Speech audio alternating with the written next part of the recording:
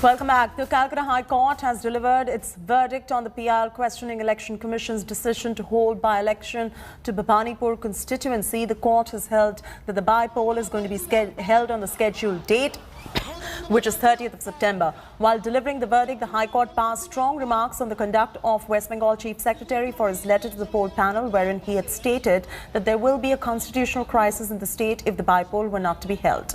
The petitioner, Sayan Banerjee, alleged that the letter from State Chief Secretary was a clear violation of the Constitution and that the letter caused an influence on the electorate. The EC, on its part, said that the petitioner is attempting to mischaracterize the meaning of the term constitutional exigency. The EC maintained that there can be no possibility of the same being construed as an influence on voters.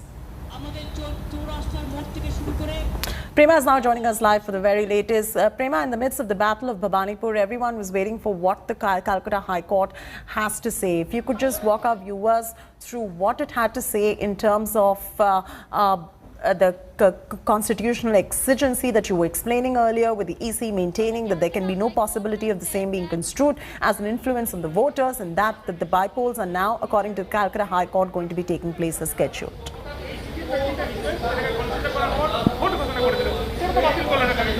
Well, Chaiti, the Calcutta High Court has said that right now the by-polls can take place because now they have also taken strong objection to the remarks made by the Election Commission in his letter to the Election Commission, by the Chief Secretary made to the Election Commission, where the Chief Secretary has mentioned that it will be a constitutional crisis if the elections do not take place in Bhawanipur.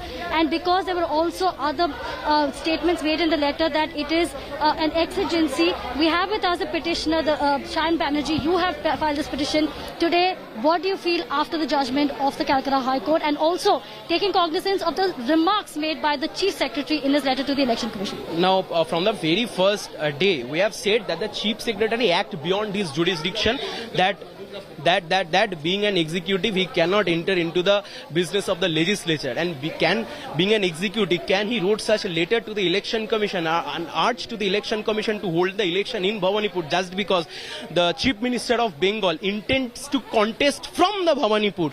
That was the main prayer made by us, and we have challenged the para 6 and para 7 of the press note by the Election Commission of India, released by the Election Commission. What was written there exactly?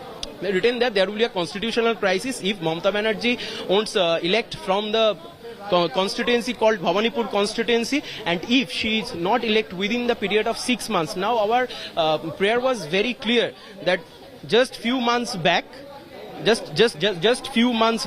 Trinamool Congress secured 200 plus seats in the assembly election. They have 200 plus power within the legislature. So how can there will be a probability of constitutional crisis? That was a not possibility of any kind of constitutional crisis. Yes, the individual crisis was there. That individual crisis was there, but that was not a constitutional crisis. And the court today has said it very clearly that the Chief Justice is not here to protect the interest of an individual. He is not here to protect the interest of any kind of individual, any Trinamool Congress candidate called Mamata Banerjee, and that. So victory for you. Obviously not for us, not for me, it's a victory of the Bengal. And from the judgment of today delivered by the High Court, it is a clear declaration that the entire bureaucrats of Bengal is now under the scanner of the political parties, number one. Number two, the bureaucrats now the bureaucrats is not discharge their function according to the constitution, but according to the political interest of a political party. So we leave it at that, Chaiti, but clearly it is a victory for the petitioner, who says that there were various statements made by the Chief Secretary, and that is exactly what the Calcutta High Court has taken cognizance of. Back to Chaiti. All right, leave it at that. Thanks so much for joining us with the very latest details right there, Prema. Political showdown escalates a day after violence in Bhawanipur. A BJP delegation comprising senior leaders Bhupendra Yadav, Mukhtar Abbas Naqvi, Anurag Thakur and Om Pathak will meet poll panel in Delhi at about 12:30 p.m., which is about an hour from now. India Today has learned that the BJP delegation will reiterate its demand for free and fair elections in Bhawanipur on Thursday. They will also be seeking imposition of prohibitory orders under Section 144 of the CRPC that prohibits gathering of 5 or more persons. Last evening, a BJP delegation met poll panel in Kolkata, raised similar demands. The Saffron Party also urged the EC to ensure that central forces are present inside the booths on the day of the polling. Remember, BJP has alleged that party's National Vice President Dilip Ghosh was manhandled while campaigning in Bhabanipur on Tuesday. The TMC, however, called it a spontaneous anger of people. Political temperatures are soaring in Bhabanipur, where Mamata Banerjee is fighting a huge prestige war. It's a rather very important one for her. A day after the violence broke out in constituency, war of words ensued between BJP and TMC. The Saffron Party accused the TMC of using violence or to threaten the voters and has also approached the EC seeking free and fair polls. Here's a complete report coming in.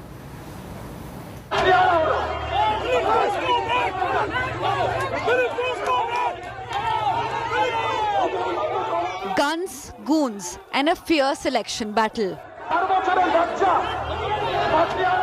After the violent escalation in Bhabanipur, BJP has upped the ante against the TMC.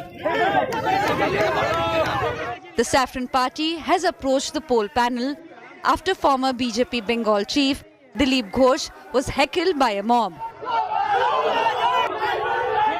On the last day of campaigning, tempers hit fever pitch, with Ghosh's guard being dragged by the collar, forcing the BJP Vice President's security guard to point gun at the crowd.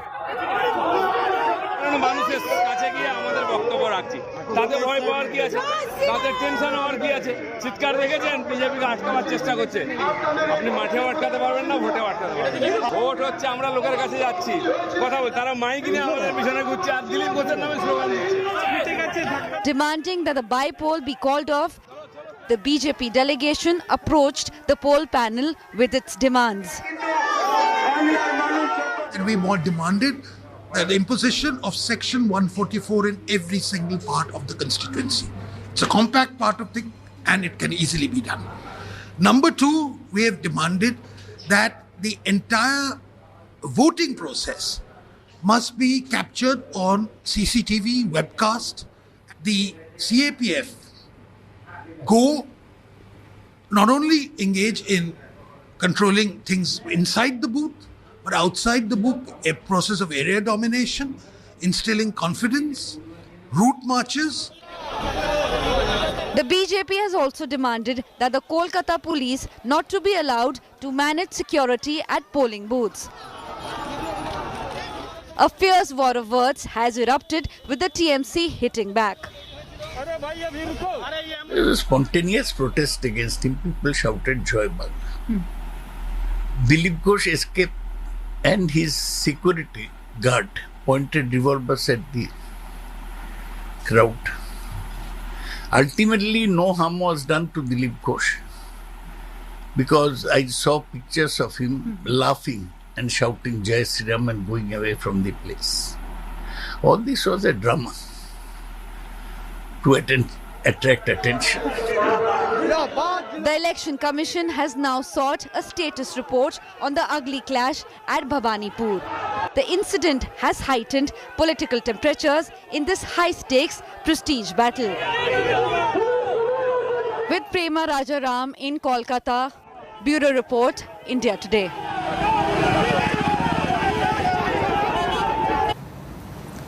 Going straight across to my colleague Akshita Nandgopal, who is standing by to explain the voter base in Bhabanipur. Over to you, Akshita. And let's get you details about Bhabanipur, the seat, and how all parties are now vying to ensure that they reach out to the voter base there. Now, Bhabanipur is based in Kolkata. It's a part of the city. It's a microcosm of the cosmopolitan side of Kolkata. Now, also what you have to keep in mind is that Bhabanipur has a huge chunk of non-Bengali voters. About 40% of voters in the constituency are non-Bengali. It's home to a lot of Marwadis, to Gujaratis, and also also Sikhs. And this could prove to be a problem slightly for Mamata Banerjee because of the outsider narrative that she's created. The Muslim population also holds a huge chunk of the voter base and holds the key really to victory. Mamata Banerjee has been focusing on wooing the Muslim community as well. So to sum it up for you, here's what the demographics of Bhabanipur looks like. 40% of the voter base is non-Bengali voters. And you also got a huge chunk of Bengali voters, of course, 40% of Bengali voters. And then there's also 20% of Muslim voters. So if Mamata Banerjee gets the Bengali voters and the Muslim voters on board, then she's managed to win the Bhabanipur battle.